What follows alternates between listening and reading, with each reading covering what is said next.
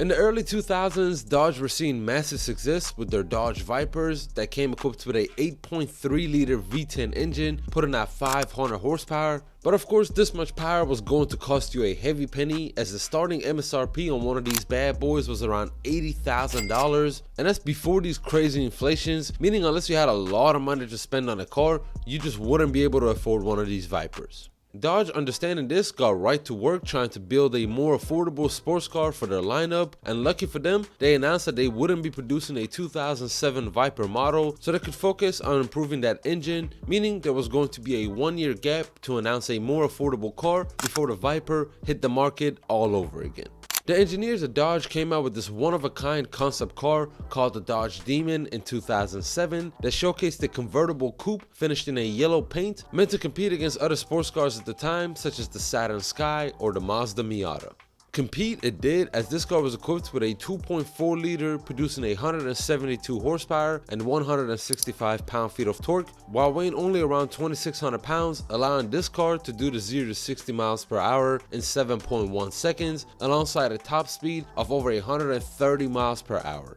And if those numbers don't sound too impressive to you right now in 2025, it's because that's right about what this car's competitors' numbers were laying as well around that same time, with the Mazda Miata producing 166 horsepower and doing the 0 to 60 at around 7 seconds as well. Now, Dodge wanted to make sure you had the most amount of fun in this front engine rear wheel drive roadster, and decided to attach a 6-speed manual transmission to the engine, just like their counterparts at Mazda and Saturn.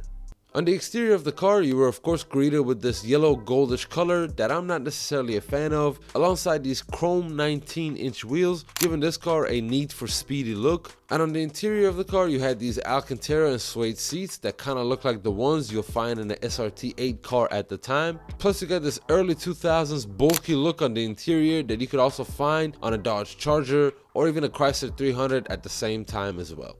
So far, we've established that Dodge wanted to do it, but it was a matter of forking out the money to develop the Demon as a production model, and that day, unfortunately for Dodge fans, never came, despite the multiple efforts made to turn the concept car into a road-going car. And those efforts that we're talking about even include a partnership between Dodge and China's car company called Chery, linked in the early 2000s, to work on a front-wheel drive platform that was supposed to be used by a Chery-badged 5-door hatchback, as well as this Dodge Roadster, but ultimately, Dodge ended up not producing this vehicle as it didn't really line up with their identity at the time, which was more geared towards bringing back that muscle car feel with the big V8 engines, especially since the Dodge Neon SRT4 and the Dodge Caliber SRT4 both failed as well, making Dodge even less comfortable about starting yet another 4-cylinder project. So instead, they decided to continue on their path with the introduction of the Dodge Charger and the Dodge Challenger SRT8 alongside the Chrysler 300 SRT8, furthermore furthering themselves from the idea of a 4-cylinder roadster.